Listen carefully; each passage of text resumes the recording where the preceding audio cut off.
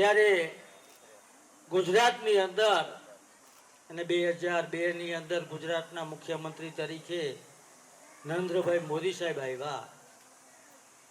મોદી સાહેબે એક ગામડું અને ગામડામાં વસતી નાના છેવાડાના લોકો, ખેડૂતો હોય, મજૂરી કરતો વર્ગ હોય, તમામની ચિંતા કરીને અનેક પ્રકારની યોજના લાવ્યા.